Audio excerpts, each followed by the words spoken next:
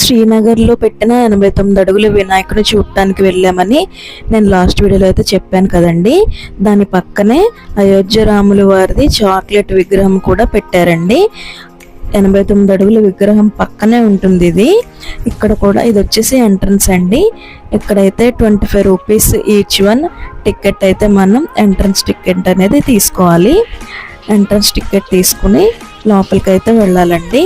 ఈ పక్కన ఉన్నాయి కదండి, ఇవి వచ్చేసి చాక్లెట్ ప్రసాదం అన్నమాట. అవి వచ్చేసి 50 రూపీస్ అన్నమాట. ఇక్కడ నుంచి మనం లోపలికి అయితే ఎంటర్ అయ్యామండి.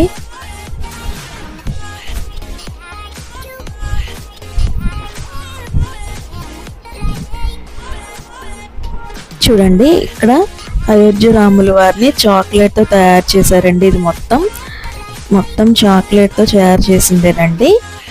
ఈ చాక్లెట్ అనేది కరగకుండా ఉండడం కోసం